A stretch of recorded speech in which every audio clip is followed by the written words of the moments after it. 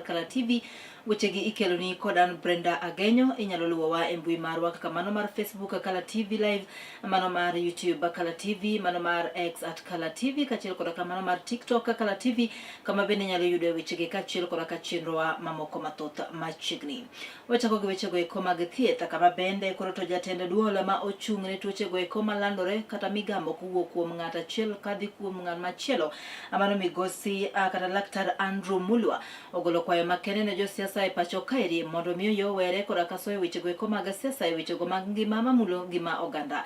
Kane oloso jatlono koro to oyango ni loso kata keto tenge kar keto tenge jotuogo eko man koda ka tuo mar Ebola mana e kaunti no ma Laikipia en gino ere mabende koro to odhi makare, kendo en gino mabende koro to nyalo biro konyo piny Kenya e rakruok koda ka tuono mar Ebola. Jatlono medo seyo malich mokalo jotelo moko e pacho ka ahinya mago manie kweth makwedo piny owacho mawacho ni koro to soyo wechego eko mag siasa e chenro mag ngima kata mag thieth e pacho ka.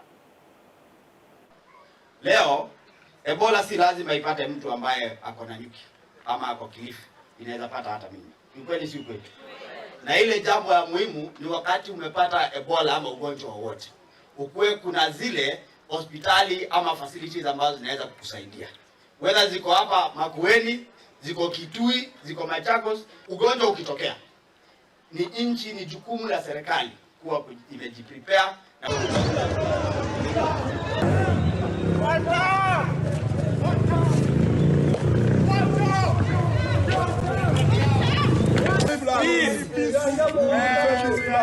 peaceful. We just want to be heard. Peaceful. Peace. Piny owacho ma pacho kaeri kokalo kuom tend migawo mar thieth to Podho medo singo ne oganda ma pacho kaeri ni piny Kenya koro to oikore malich mokalo ne rakruok koda ka tuono mar Ebola.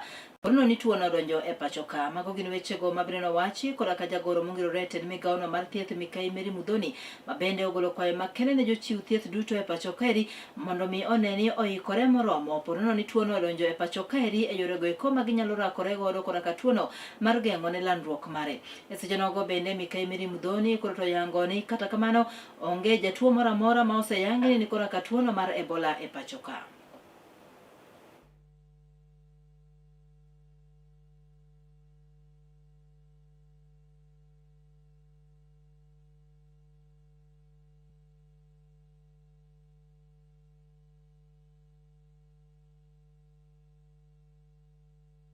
Issue of quarantine has been very sensitive. It looks like it's a death sentence, you know, when you mention it.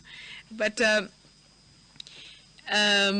these are just healing centers or observation centers. So we are very ko e pacho kaeri bende koro to medo seyo malich mokalo dono mabende koro to wacho ni okoluore to medo seyo malich mokalo dono mabende koro to wacho ni okoluore koda ka okoluore okochimo luor mowinjore ne chikogo eko ma pacho kaeri.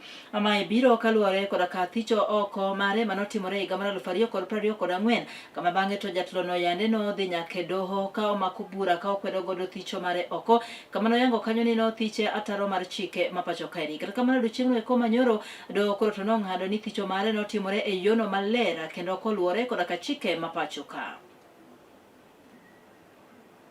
Section 2 defines a retired president as a person who, having held the office of deputy president, has ceased to hold office as such in the manner specified in the Constitution.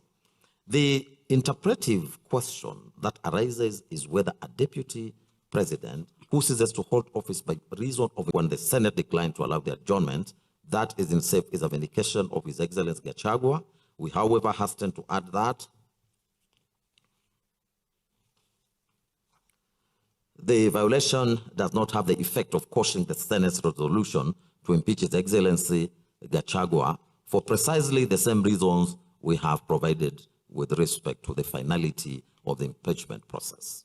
If the Senate's resolution were to be quashed or set aside, then by operation of law, the status quo ante will be restored, thereby effectively creating a scenario where there will be two deputy presidents in office at the same time.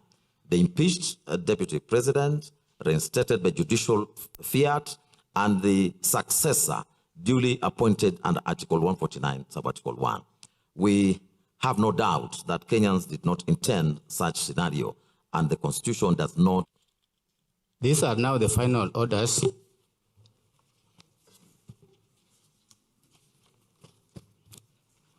Arising from all that we have said, these are the orders that we make.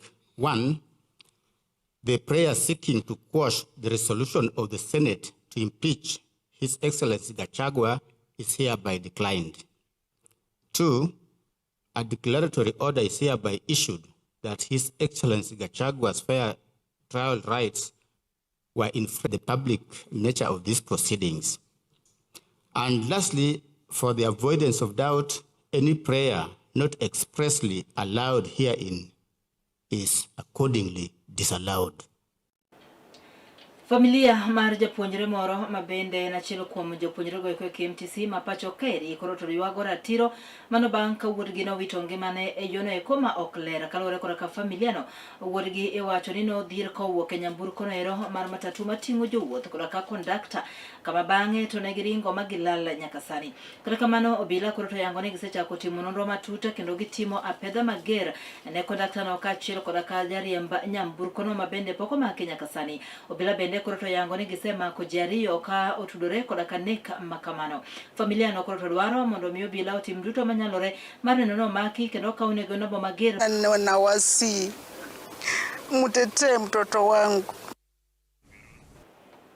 Moko kuom jopiny mawuok e kaunti no ma Embu mabende koro to siro lwedo mane en jalup ker e pacho kaeri kendo jatend duond bucha mar DCP Migosi Rigathi Gachagua ne jowuok oko mar ne bago ng'anyo odiochieng'ni kima kawuono, ng'anyo mabende gikwero godo malich mokalo ng'eto mar doho mabende ne opuodho wach thicho oko mar Migosi Rigathi Gachagua. Oganda go eko kano tenegi koda ka jo boda boda mawuok kono koro to yango ni en adiera makende ni Migosi Rigathi Gachagua ne oroch ratiche kineno eko mabende koro to ne othiche oko e pacho kaeri kabende koro giwacho ni gidwaro mondo mibura makamano koro to owiti oko.